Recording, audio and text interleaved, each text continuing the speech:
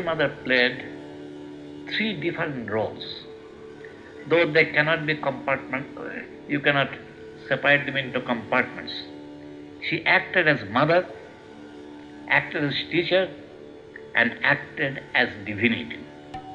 Some disciples were impressed by her motherly love, some by her patience and kindness as a teacher, and some by her unsolicited grace as divinity, assured in vision of God.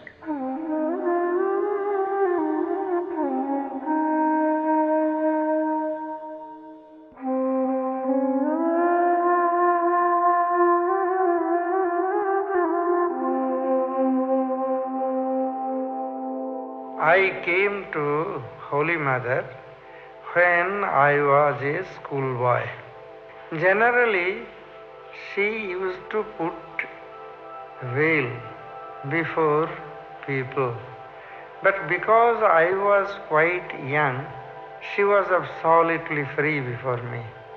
I could remove her grey hair and could shampoo her feet. There was rheumatic pain. I used to apply medicine there. If there was no lady present there.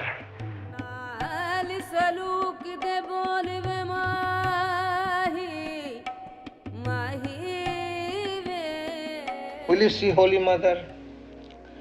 I said, Holy Mother, you mean Paramahansa's wife? Yes. Then she was right there.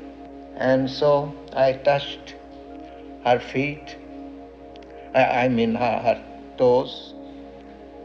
You see, we do that with our fingers. And she kissed me like our mother's kiss. Take the fingers in her fingers here on the chin, and then she puts it on her lips. And then she said, Son, haven't I seen you before? I said, No, Mother, I have not seen you. But of course, mothers recognize their children, but children, unfortunately, do not recognize the mother, who is the mother of the universe.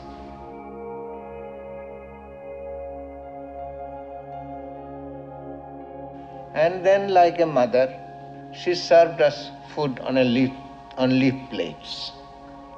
And she sat by us and asked us if we like this food, just as our mother does. If we like this, then she would give more. So that way she fed us. And I remember still now that I have never eaten such food in my life. It was like nectar. I still remember that.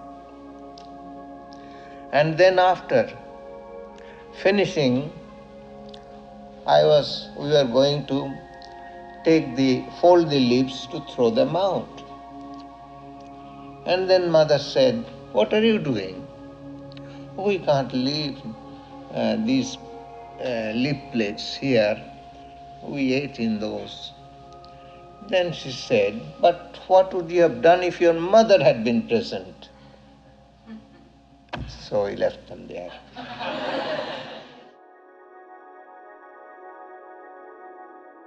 One day, I caught some fish from this tank, from Mother's tank. So it was Sunday, there was a heavy rain, and the fish were coming out of the tank and going outside, so I caught so many and kept them in water pots.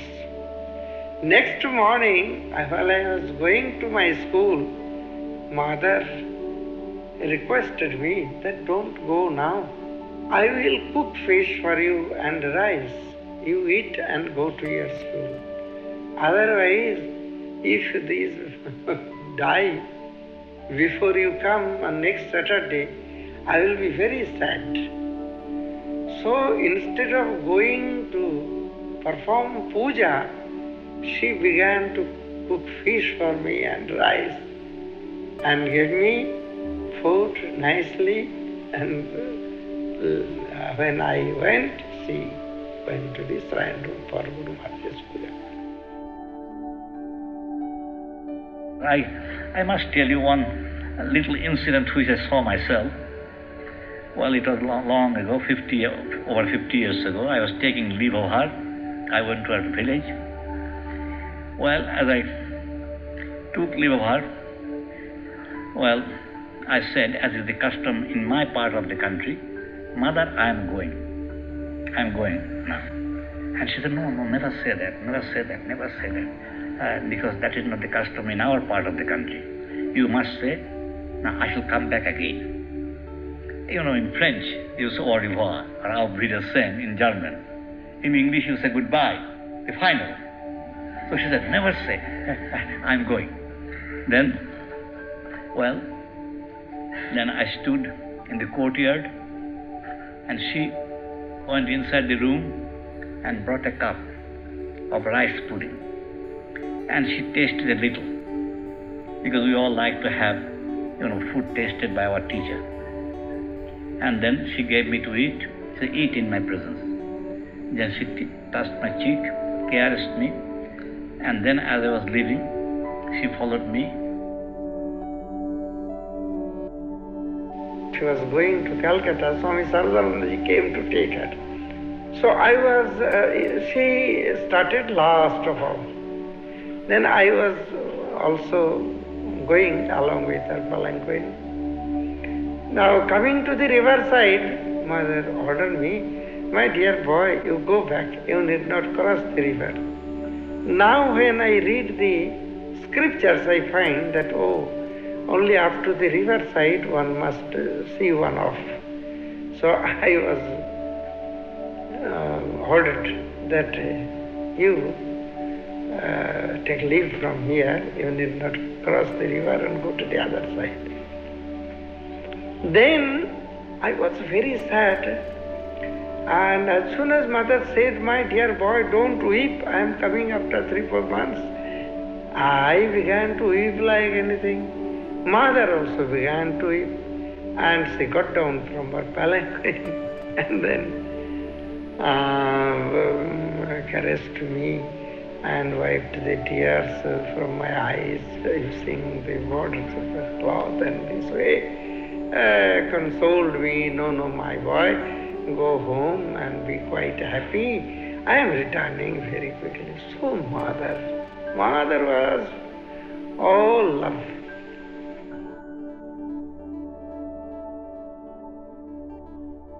When we left her, she stood by the door and kissed us, and as far as she could see, she kept on looking at us. This was the custom that she had with everybody that used to go to her.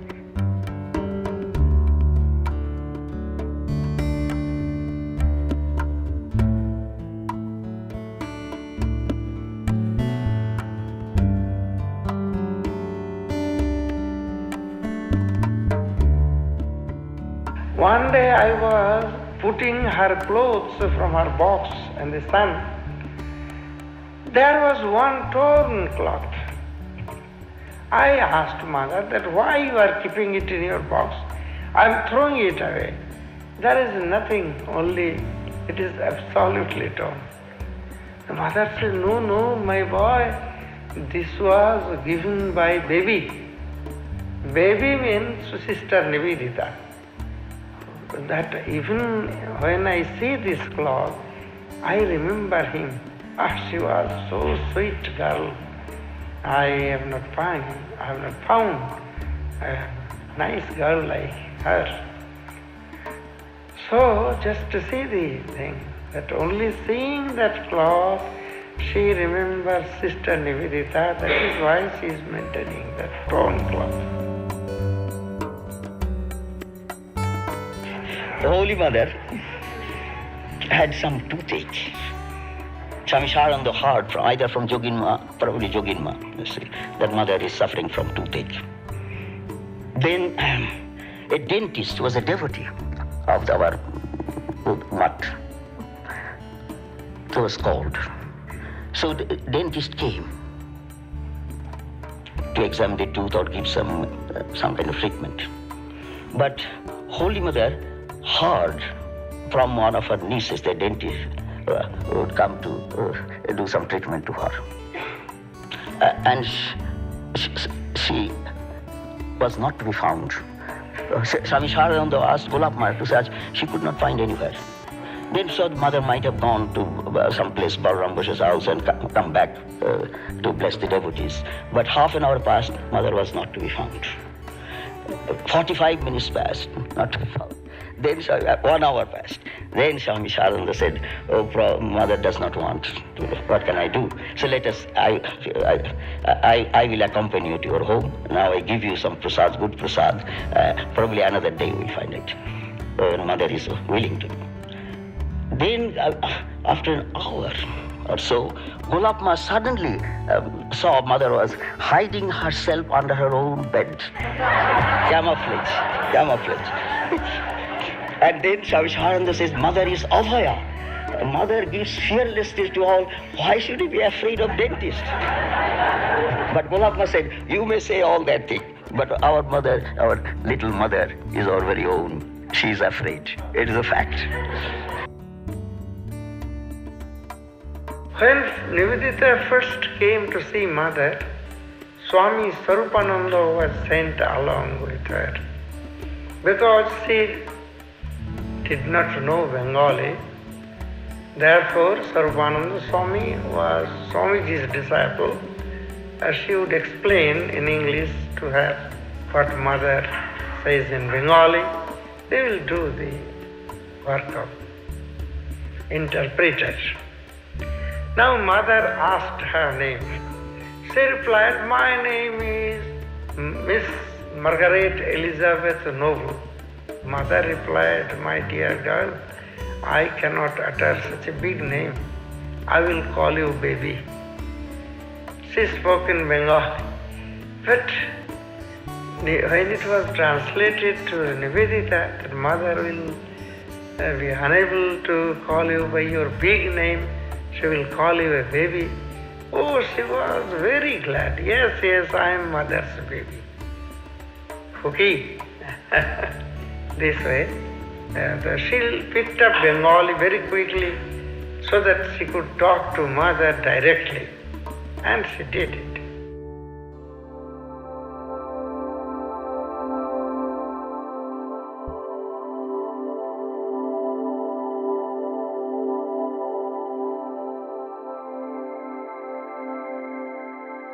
I thought of taking initiation from Mother.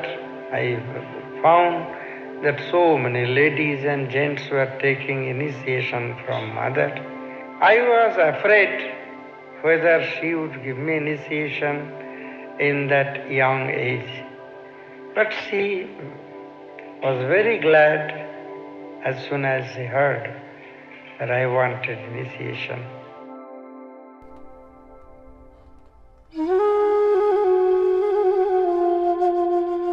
It was a darshan day. Ladies could go every day, but for men 2 days. One day called Tuesday, another day Saturday. An attendant came and said those who want to see the mother should come now. And then the attendant also said that you can touch her feet, but you should not talk. So I did exactly as the attendant advised us to do. Upstairs, in Holy Mother's house, the shrine and Holy Mother's abode, both are the same. Half belongs to the shrine of Sri Ramakrishna, half belongs to the mother. Swami Sarada, when he built that house, made arrangement for another room. But Holy Mother said, "I do not like to be separated from the master. I would stay in the shrine room itself." So Holy Mother was in the shrine. She had a veil. I touched her feet, I could not see her face very clearly, just a little glimpse. Then I came down. Then Swami Dhirananda again asked me, did you talk to the mother? I said, I was not allowed. I kept the words of the attendant Swami. Then he called Swami Arupananda by the name called Rajbihari, take this boy to mother again. And he also said, Swami Dhirananda said something good of me, that he is a Brahmin boy. Swami Dhirananda had a kind of special favoritism to Brahmins.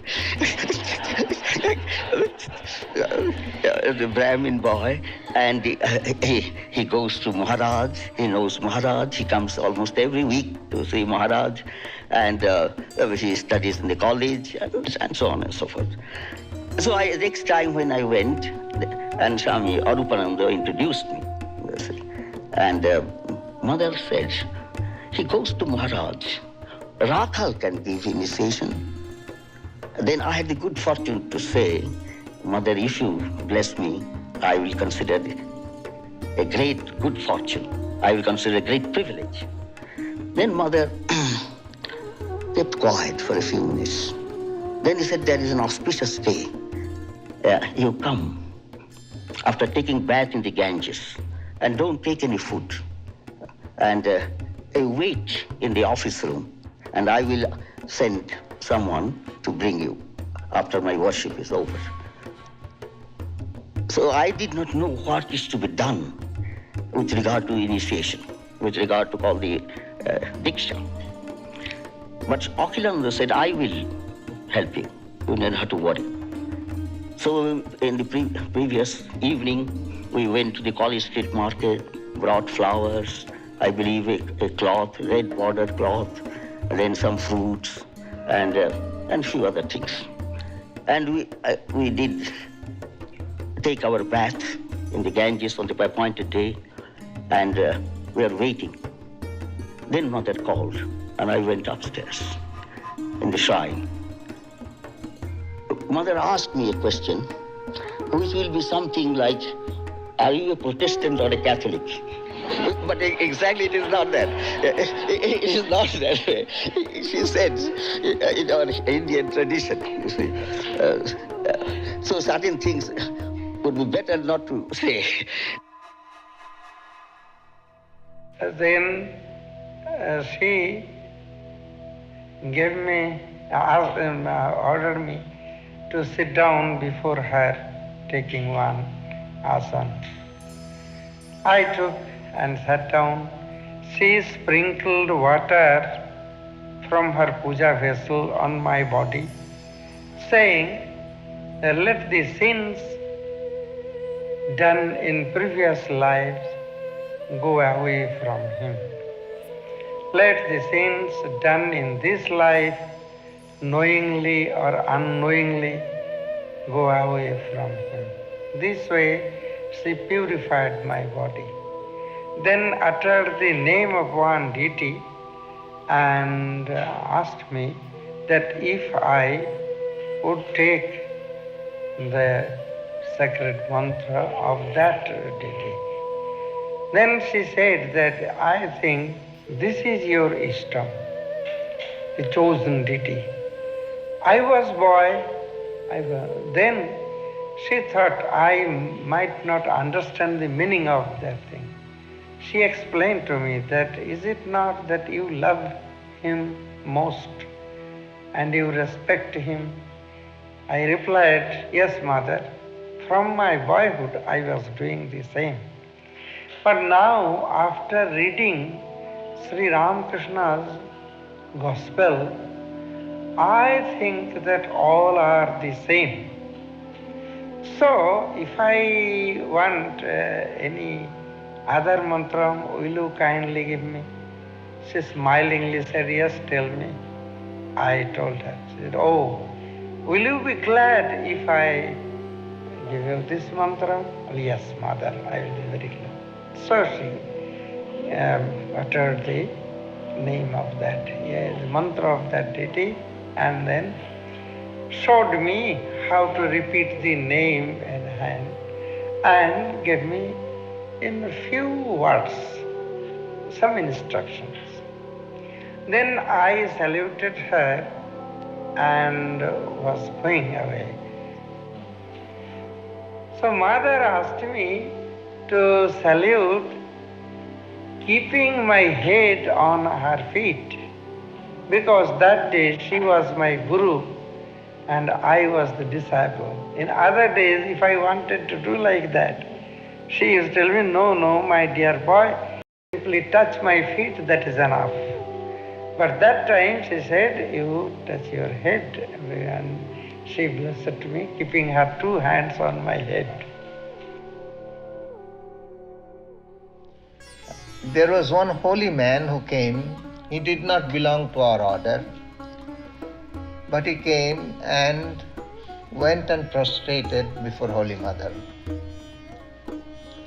And then he came and sat at the Udbodhan office downstairs. And Mother sent 3 fruits to this holy man. But he was keeping silent.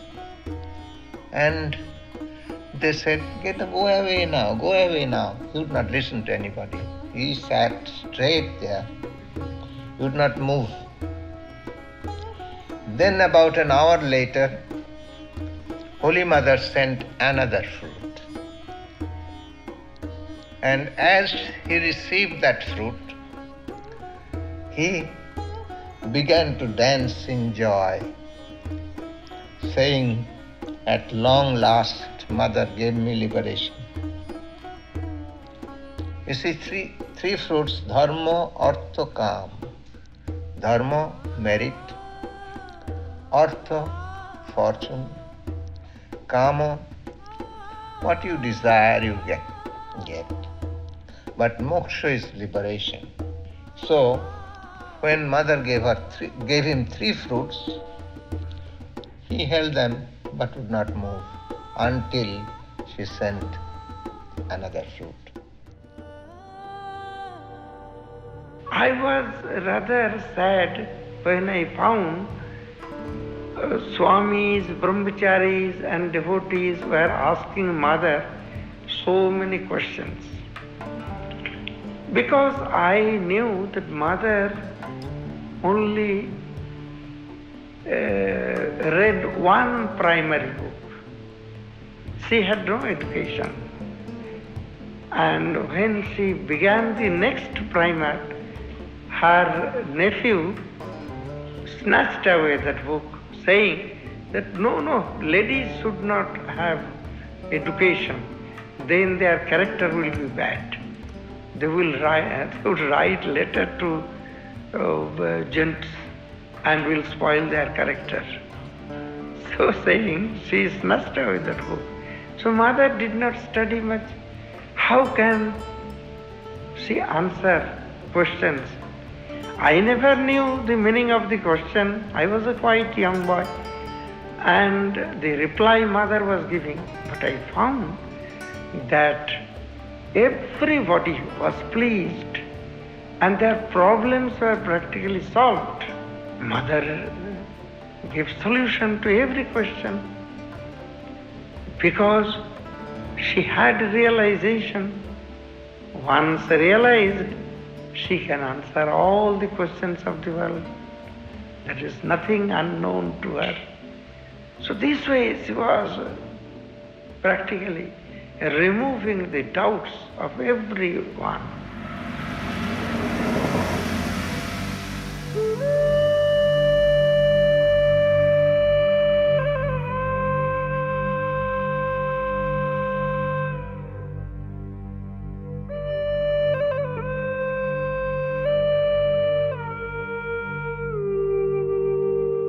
A great person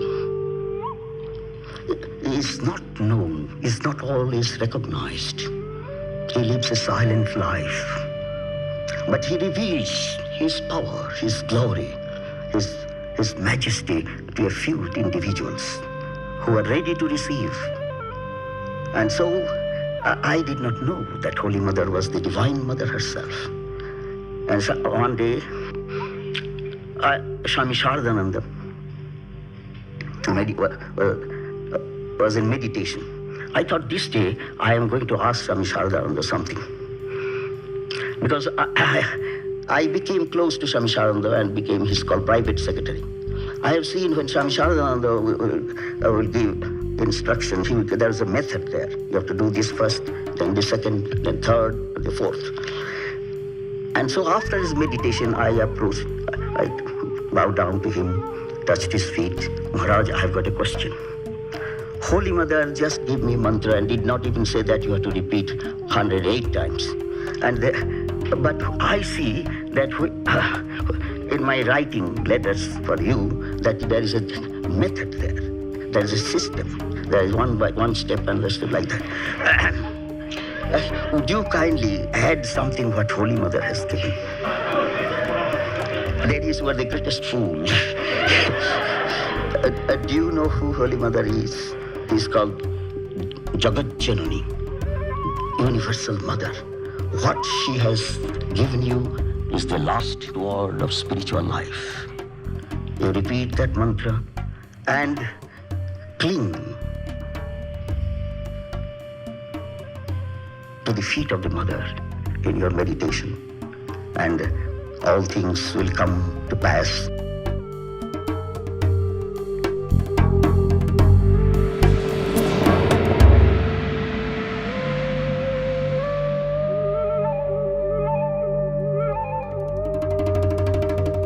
Once a week they would allow men to come and touch the toes of her toe, touch her toes. And she would remain veiled. And so I used to go and touch the toes. And I used to go because I'd get a wonderful sensation, like an electric shock every time I touched. And then later I learned that way she transmitted spiritual power. But I didn't know, but just for that sensation, because afterwards I'd feel a soothing influence in my whole body. So just for that I used to go once a week. And she used to come and live in Calcutta for 6 months as a general rule, and then go back to Jairambati for 6 months. When God comes down to the earth, He does not always show His power and glory. Take, for example, in Bhagavad Gita, Arjuna wanted to know the glory of Sri Krishna. And Sri Krishna assumed that was the Vishwarupa. That means the universal form of the Lord, you see. And he was afraid, you see. Therefore, God has two aspects. One is called the Aishwarya, and another is called the Madhurya. Aishwarya means glory, power. The power aspect is recognized by some, no doubt, but the Madhurya is recognized by the devotees, the faithful. And it is the Madhurya aspect that I have seen. The Mahakaruna. I did not see the Mahashakti. Sri Ramakrishna recognized that. Therefore, he worships Holy Mother at the end of all his sadhanas as Mahavidya, as great power of wisdom, power of knowledge. But I have seen the Karuna aspect. I was unknown to her. But even the first day she made me feel that I belong to her for all times. So we find this Madhurya aspect. The Madhurya aspect means the sweet aspect of sweet human instinct or characteristic. Now I'll tell you how Swamiji Maharaj and Swami Yogananda, who was her attendant, how they would touch her feet. Swamiji would dip himself in the Ganges 6-7 times. He thought he was not pure enough to touch her feet. But you see, we didn't know. We went under any condition. And then only he would go and touch her feet. And Maharaj would go and just like a little boy has done something wrong and afraid to approach mother. And so he would compose himself first. Hello Radhi, how are you? And then would go and bow down to Maharaj and would try to come away. Then but mother would say, Rakha, sit down.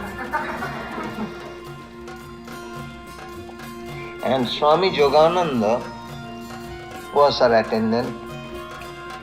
He would not even touch her feet. Where she would stand, there she would take the dust after she left.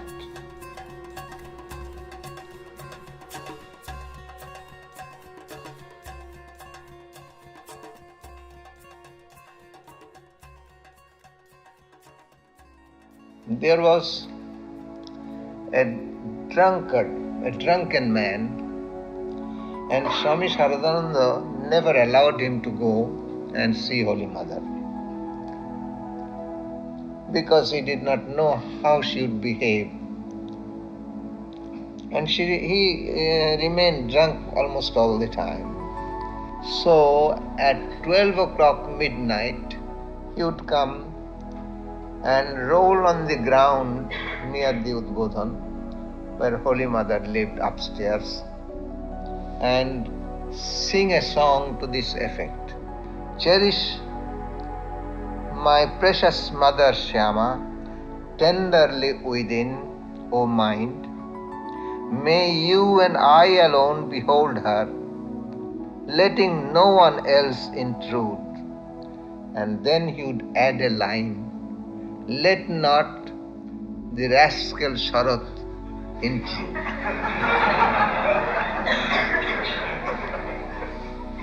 And as you'd sing that song, Holy Mother suddenly would open the door and come out and bless him. Swami Turiyananda, I have heard him say that Mother never comes down from her throat center. That is, she lived. In other words, she lived in Bhava Samadhi or Samadhi all the time, at the same time carrying on the work. See the power of Mother. In Kualpada is the Dhobi house. There is a picture of Holy Mother and Sri Ramakrishna, and we are told that that is the picture that Holy Mother herself worshipped. You see, Sri Ramakrishna himself worshipped his own picture and said, someday this will be worshipped everywhere, in every home in the world. And at one time in my life, I dreamt, and she told in a vision that I see many in America placing my picture on the left of Thakur, Master. And I think I was the first one who did that. And that is the picture still there.